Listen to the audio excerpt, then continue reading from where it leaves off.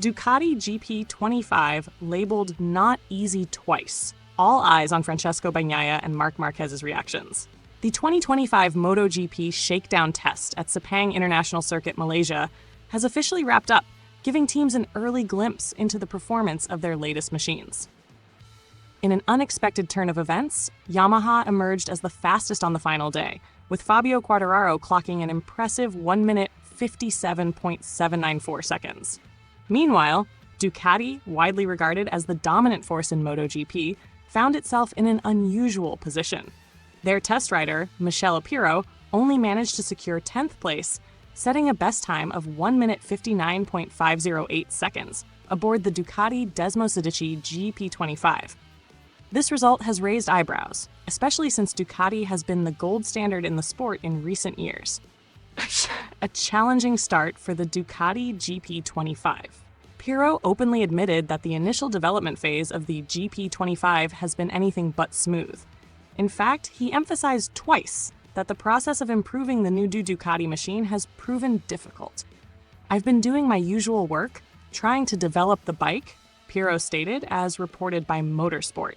"But it's not easy. We're starting from a very solid foundation, but we are still trying to find improvements.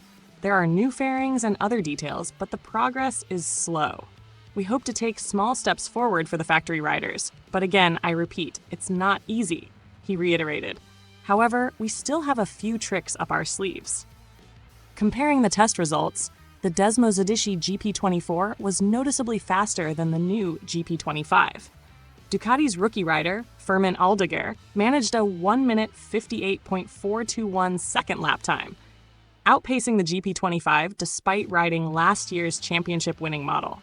The GP24 had already proven its dominance in the 2024 MotoGP season, securing victories for Jorge Martin and runner-up Francesco Bagnaia. Despite this, Pirro remains hopeful that the upcoming official test from February 5 to 7th, 2025, will yield more promising results when the factory riders get their hands on the new machine. The spotlight will be on Francesco Bagnaia and Marc Marquez, riding for Ducati Lenovo, as well as Fabio Di Giannantonio, representing Pertamina Enduro VR46.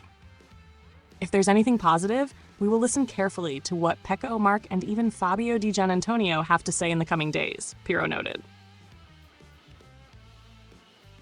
Waiting for the factory riders' verdict. When asked whether he had already discussed the GP25's development with the factory riders, Pirro admitted that in-depth conversations had yet to take place. "Right now, I'm still on the track. Recently, I've been working on tasks that the factory riders haven't had time to focus on," he explained. "So we weren't particularly chasing lap times. Instead, we've gathered some useful feedback." The official test session will finally give Bagnaia, Marquez, and Di Giannantonio the chance to evaluate the new machine firsthand. Their feedback will be crucial in determining whether Ducati can maintain its dominance or if its rivals have finally caught up. KTM's speed and Jorge Martin's Aprilia debut. Beyond Ducati's challenges, Pirro also shared his thoughts on the competition, particularly KTM's impressive speed. KTM was very fast in Sepang, even last year.